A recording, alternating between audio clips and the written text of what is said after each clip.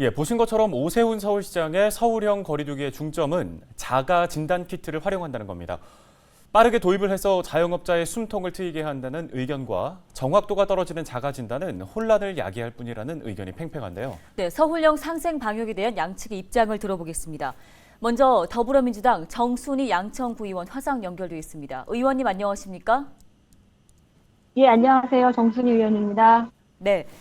앞서 전해드린 것처럼 오세훈 시장이 발표한 서울형 거리두기, 업종 간의 운영 시간을 세분화하고 자가진단 키트를 도입하겠다는 내용인데요. 이 부분 어떻게 보셨습니까? 네, 서울형 거리두기의 일부 취지는 공감합니다. 네, 그러나 서울은 인천, 수원, 경기도 일대가 다 밀접하게 연결돼 있고 도로 교통만으로 밀접한 생활권입니다. 그런데 중앙정부와 수도권 주변 지역 지방자치단체와의 충분한 소통 없이 일방적인 시행을 감행한다면 주민들의 혼선을 유발할 수 있고 자칫하면 4차 대유행을 촉진하는 불쏘시개가 될 수 있습니다. 또한 지속적으로 감염이 이어지고 있는 유용시설에 대한 규제 시설 조치가 시기적으로 적절한 것인지는 충분한 논의가 필요하다고 생각됩니다.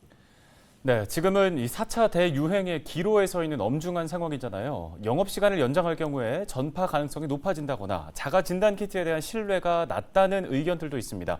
이 부분에 대해서는 어떤 의견 갖고 계십니까? 한 말씀 부탁드리겠습니다. 현재 보건의료 전문가들이 자가 진단 키트의 민감도가 18%에서 90%로 들쑥날쑥하고 정확도가 떨어진다는 우려를 표하고 있습니다. 이는 바이러스에 감염된 사람 10명 중 2명만 양성으로 진단하는 오진이 나올 수 있으며 이로 인해서 지역에서 확인되지 않았던 숨은 감염자를 슈퍼 확진자로 만들 수 있음을 의미합니다. 오늘 신규 확진자가 700명대를 넘고 있습니다. 많은 시민들은 4차 대유행에 대한 공포와 위험을 느끼고 있는 중차대한 상황입니다. 불난 집에 불을 끄기 위해서 도와주지는 못할 망정 휘발유를 들이붓는 꼴이 되지 않았으면 좋겠습니다. 네, 강화된 방역 조치가 지금 장기간 이어지고 있다 보니까 시민들의 피로감은 높아지고 또 소상공인분들은 어려운 상황이 계속되고 있습니다.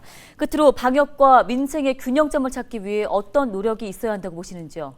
예, 해를 넘겨 장기화되는 코로나 재난 상황에 따라서 주민들이 좀 많이 지쳐가고 있고요. 소상공인과 자영업자 생계 등 민생 문제가 절박한 상황입니다. 자, 그럼에도 불구하고 일상생활의 절제와 관리를 지킬 수밖에 없는 것이 바로 우리 모두의 생명권을 포기할 수 없기 때문입니다.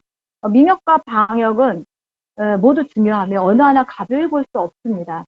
그렇기 때문에 민생과 방역 사이의 균형점을 찾으려는 노력은 의미가 있다 할 수 있지만 이 문제는 특정 지역에서 해결할 수 있는 것이 아닙니다. 왜냐하면 양천구민, 서울 시민에게 국한된 것이 아니라 모든 국민에게 해당되는 상황이기 때문입니다. 따라서 정부의 통일되고 일관된 기준이 중요하다고 생각합니다. 지난 3월 정부는 자율과 책임에 기반을 두고 방역과 민생을 모두 챙기는 사회적 거리두기 개편안 초안을 공개하였습니다. 현재는 전문가들 각계각층의 의견과 여론을 수렴하여 최종한 공개 시기와 적용 시점을 고민하는 것으로 알고 있습니다. 따라서 지금은 4차 대유행으로 인한 피해를 방지하기 위하여 방역수칙을 지키면서 사회적 거리두기 개편 방안을 기다려야 한다고 생각합니다. 네, 잘 들었습니다. 관련 도움 말씀 여기까지 듣겠습니다. 더불어민주당 정순희 양천구 의원이었습니다.